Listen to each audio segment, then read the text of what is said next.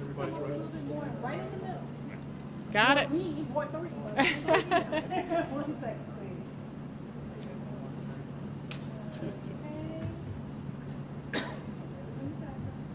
Is everybody ready? Okay. All right, so good morning, everyone. Today we're here to talk about some incidents that occurred in the overnight hours last night here in the city of Cleveland. We had several street takeovers, car takeovers that occurred throughout the city. These happened a little bit after 11 o'clock last night. We started receiving reports of vehicles that were gathering over in the different area districts. We had locations that were affected on West 25th and Lorraine, over at Rose's Plaza, 3250 West 65th. Some of that was at Steelyard Commons, East 105th and MLK, East 93rd and Opportunity Corridor, and East 55th and Woodland.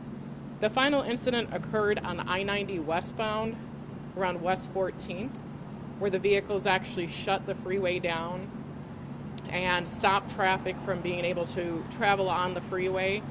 While they were out there, they did start shooting off fireworks and attempted to light fires throughout the roadway, but fortunately the roads were wet to prevent that from happening. During this incident, our officers responded to each of these locations. Late yesterday evening from our Fusion Center and our Real-Time Crime Center, we had received reports that there was somebody from Cincinnati that had organized a group to come up here to meet and for this event to take place. As soon as we received that information, we started gathering everything we could to monitor this activity. We contacted our partners at the State Highway Patrol. We also had information that they had stopped in Columbus at one point. We made contact with Columbus PD, but they were unable to locate them. So we were monitoring this activity to see if it was going to actually occur. And unfortunately, they did show up in the area. We do know that the vehicles involved, some of those were from out of the city, out of the area, but there were also local participants who, partook in this activity. During the incident, our officers responded to each location. They went out there and they tried to deter the activity. They tried to break up the cars from gathering, from spinning in the intersections. At different points throughout this, there were airsoft guns that were fired at our members, not actual firearms, but they were, one of our officers was struck with the airsoft weapon. We had reports that there were firearms pointed at citizens throughout this incident. There was also, fireworks throughout, aside from the location on the freeway. Our members responded great to this incident. I can tell you that, none of our members were injured. We had, no serious damage that happened throughout the city. No reports of any serious injuries to our community. But this is still terrifying. This is something that, we are seeing happen throughout the country.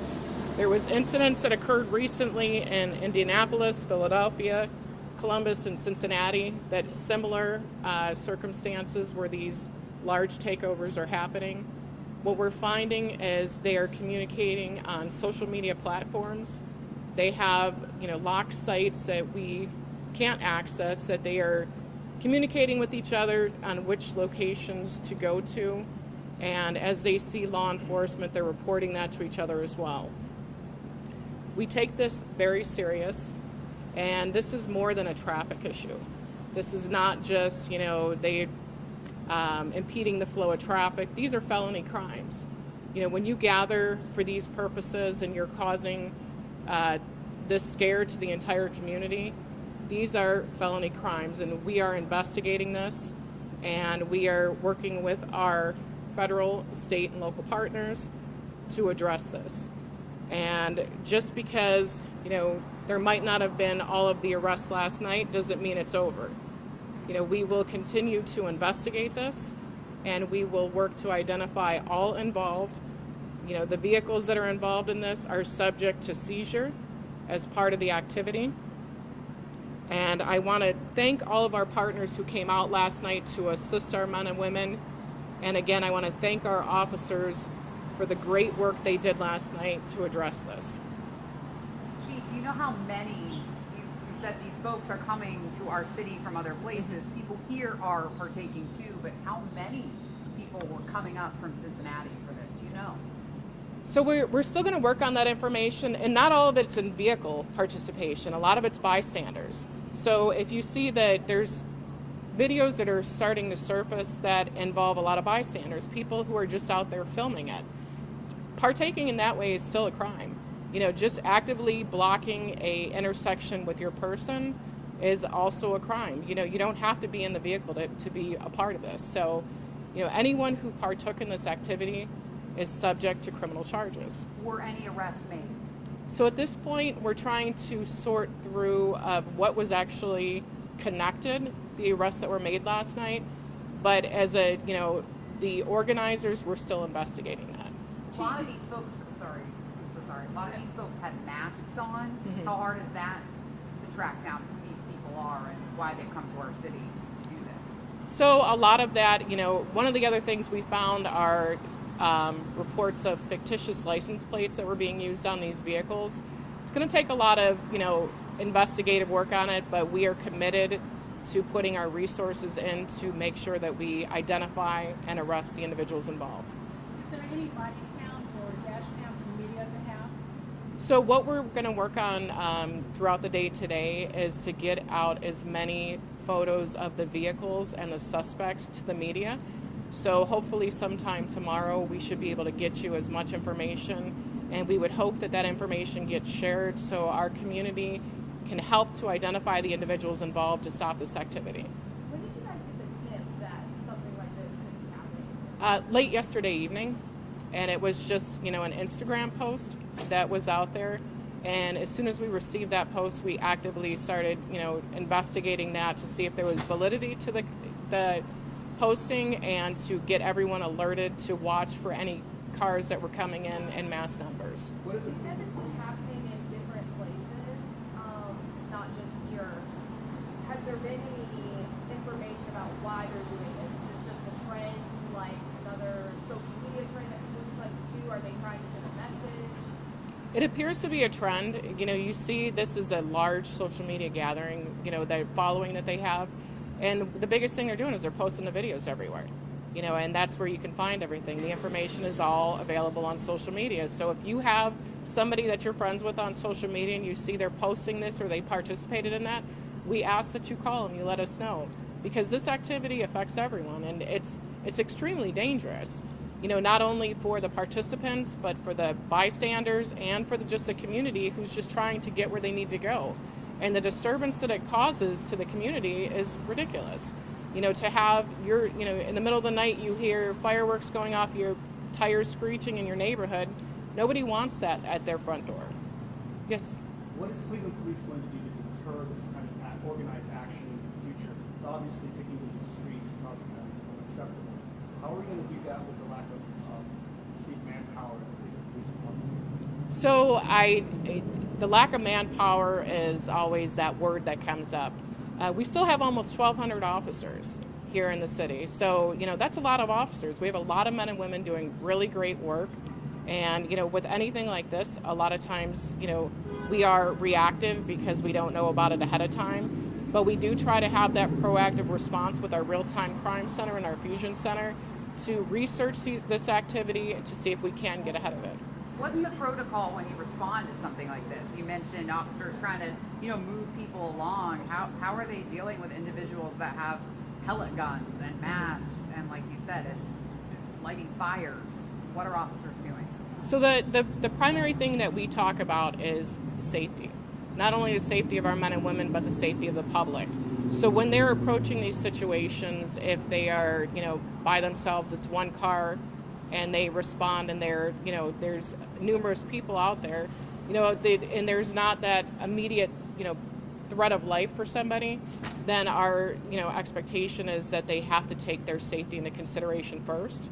And a lot of times what you'll see is the officers are activating their overhead lights, their sirens, to try and get them to break it up. And a lot of times that does work, but it doesn't always work. And it's a lot about manpower, making sure that they have the backup they need, that, they're waiting for someone to come out there, the assistance. And that's what helped last night, is the manpower. Our districts, all 5 districts, worked together. We had, they assisted each other throughout the evening to make sure that they had enough backup and that nobody was out there, on their own dealing with the situation. We heard from as far as Strongsville may have been called on to help with officers. Can you expand on that? So when we had the freeway, with the big thing with the freeway, when they are blocking a freeway, it's about, the people who are trapped, making sure that, they are able to get out of there. So we do call for assistance, and like I said, I thank our partner agencies who came here. And sometimes it's a precautionary measure because, the more police, the better. And we always, are open for any assistance from our partner agencies. I don't know if you guys noticed yesterday on Lakeside. I mean, there was a small convoy, at least 30 motorcycles, dirt bikes, cars. I'm assuming this is all part of that because they went down to Route 2 area. I mean, besides 911, is there a totally, maybe another number people can call? Because obviously 911 is, a bunch of calls, but something like that, just the precursor, anything that happened that the police had to do yesterday. Are you guys thinking about another number or something like that?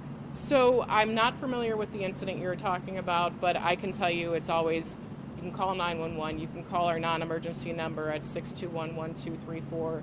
You can call one of the police districts. If it's something that you know about is coming, you can call any of the police districts and let them know as well. Just any information that anyone has, or anyone, if you have information about something that may be coming as well. What's your message to those people? People came from Cincinnati. We're about to have playoff baseball. We love a vibrant downtown. What's the message? We at the Cleveland Division of Police are committed to making arrests for the incidents that happened last night, and anyone considering to come here for that type of activity. It is not acceptable in the city of Cleveland. It's not acceptable anywhere.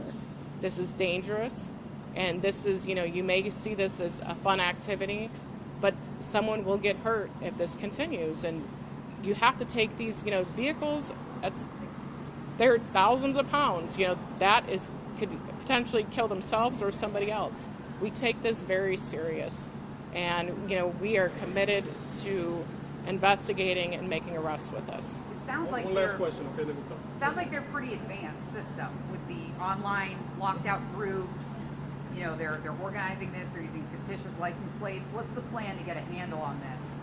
So we have, we're setting up, what we call, a task force to address it internally, but we also are going to work with our federal partners for best practices. This is something we've been researching since we've known it's happening throughout the country. We've been talking to, bigger cities throughout the country to see how they're addressing it, to make sure we're doing, the best practices here as well. With this, go ahead, just one more. Okay, so obviously with the pellet gun situation, that's obviously incredibly dangerous. It's American shot. Were there any directives given to your officers about use of force during these incidents? I can tell you that for the incident last night, these incidents happened. We weren't given directives of what not to do in these situations. The officers are trained, and they're trained very well, and they will, they know what our use of force policies are, and